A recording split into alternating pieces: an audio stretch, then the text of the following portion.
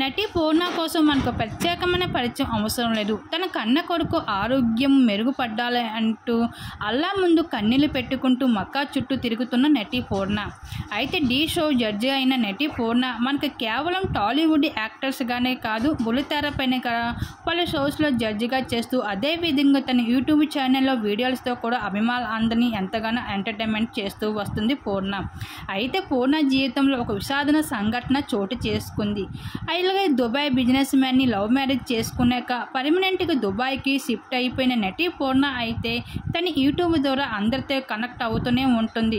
తనకు సంబంధించిన ప్రతి అప్డేట్ని కూడా తన యూట్యూబ్ ఛానల్ ద్వారా తను అందిస్తూనే ఉంటుంది పూర్ణ. అయితే తన కొడుకు అనారోగ్యం పాలైన బాధపడుతున్న విషయాన్ని కూడా అదే విధంగా తన యూట్యూబ్ ఛానల్ ద్వారా అందరికీ తెలియజేసుకుంటూ వచ్చింది.